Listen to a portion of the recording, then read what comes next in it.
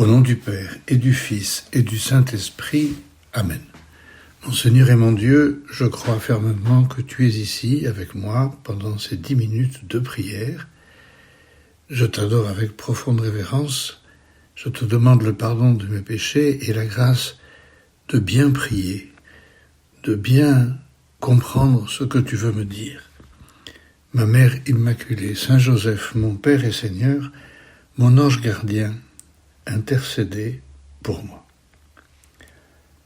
L'Évangile d'aujourd'hui nous propose un miracle que j'ai envie de qualifier de manière un peu bizarre peut-être, de bien sympathique, et en tout cas, me semble-t-il, plein d'enseignements.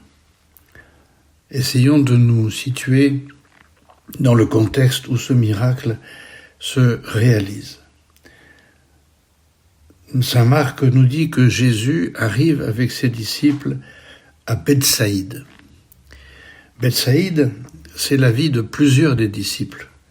Simon Pierre, son frère André, Jacques et Jean, les 2 frères, et Philippe, celui qu'on est venu aussi présenter à Jésus. Une ville, par conséquent, un petit village, dans lequel Jésus vient probablement avec une fréquence relative, je ne sais pas, mais en tout cas, les disciples qui l'accompagnaient devaient être très contents de l'amener dans ce village. Voilà que le Seigneur y arrive, et Marc nous dit que des gens lui amènent un aveugle et le supplie de le toucher. Saint Marc n'écrit pas que l'aveugle spontanément demande à ce qu'on le présente à Jésus. Ce sont des gens qui lui amènent un aveugle. Cet homme était-il consentant ? Probablement. Était-il convaincu de l'utilité de l'amener à Bethsaïde pour voir Jésus ? Probablement. Mais peut-être aussi était-il un peu dubitatif. À quoi cela va servir ? Je suis aveugle. Vous croyez vraiment que ce Jésus, il ne me connaît pas ? Vous croyez vraiment qu'il va pouvoir me guérir ? Je ne sais pas si cet homme était consentant, mais oui, probablement, en tout cas, faisait-il confiance à ses amis, puisque ces gens devaient être, on imagine, des amis de cet homme. L'Évangile nous dit ensuite, Saint Marc nous dit, Jésus prit l'aveugle par la main et le conduisit hors du village. Et là, cet homme a dû être perplexe. S'il était peut-être un peu dubitatif, qu'est-ce qui va se passer ? Là, il ne comprend pas. On l'emmène à Bethsaïde. Où est-ce que vous m'emmenez ? À Bethsaïde. Pourquoi ? Pour voir Jésus. On le présente à Jésus et Jésus le prend par la main et le fait sortir du village. Je ne sais pas, il a dû se dire dans sa tête, il ne veut pas de moi. Il m'emmène ailleurs. Il me fait sortir de l'endroit où on m'a amené pour le voir. Que se passe-t-il ? Que fait-il ? Il me fait repartir dans l'autre sens, je ne comprends pas. Et puis, Jésus s'arrête, probablement, quelque part, on ne nous dit pas où. Il a dû s'arrêter, peut-être à l'abri des regards, je ne sais pas. Et voilà que Jésus pose un geste quand même surprenant. Il lui mit de la salive sur les yeux. Évidemment, par définition, l'aveugle n'a pas vu ce que Jésus faisait, mais il a des oreilles, il a entendu, ça s'entend, quelqu'un qui met son doigt dans sa bouche pour prendre un peu de salive et qui ensuite, il est tactile, il se rend compte que Jésus lui pose sa salive sur les yeux. Il a dû être surpris, peut-être même, je ne sais pas, il me semble que si quelqu'un nous faisait ça dans la vie courante, on lui dirait « Mais c'est dégoûtant, qu'est-ce que tu fais ?» Et cet homme a peut-être pensé ça, mais c'est dégoûtant, que fais-tu? Mais il se laisse faire, il se laisse faire. Et Jésus lui dit « Aperçois-tu quelque chose ?» Et il a dû aussi dire « Mais Seigneur, je suis aveugle, comment veux-tu que j'aperçoive quelque chose ?» Et puis, quand même, une lumière est entrée probablement dans son cœur, dans son cerveau, en disant « C'est Jésus, je vais être docile. » Alors, levant les yeux, dit l'Évangile, levant les yeux, l'homme dit « J'aperçois les gens, ils ressemblent à des arbres que je vois marcher. » Bon, autrement dit, je vois pas encore très clair. Cet homme aurait pu répondre à Jésus qui lui dit « Vois-tu quelque chose ?» Il aurait pu répondre « Oui, je vois quelque chose. » Et s'il avait répondu ça « Oui, je vois quelque chose », Jésus n'aurait pas terminé la guérison. Vous voyez, c'est une vertu qui pointe le bout de son nez derrière cette réponse de cet homme, la vertu de la sincérité. Il faut dire les choses à Jésus comme on les ressent.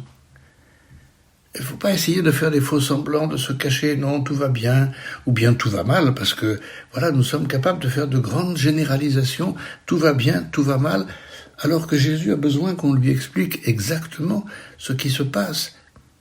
Est-ce que tu vois quelque chose? Alors, il explique en détail, j'aperçois les gens, enfin, j'imagine que ce sont des gens, parce qu'ils ressemblent à des arbres, donc je les vois marcher. Autrement dit, je vois pas encore très clair. Je n'y vois pas très clair. Jésus continue à t'occuper de moi. Alors Jésus de nouveau imposa les mains sur les yeux de l'homme. Celui-ci se mit à voir normalement, il se trouva guéri, et il distinguait tout avec netteté. Voilà un bel exemple de surprise initiale peut-être, et nous aussi nous pouvons être surpris par certains événements de notre vie, mais nous voulons apprendre, Jésus, à te faire confiance, à aller te trouver, à te laisser faire avec nous, dire avec nous des choses qui vont peut-être nous surprendre. Jésus lui dit ensuite, le renvoie chez lui en lui disant « Ne rentre même pas dans le village. » Pourquoi le Seigneur dit-il cela? C'est que Bethsaïde est une ville un peu rebelle.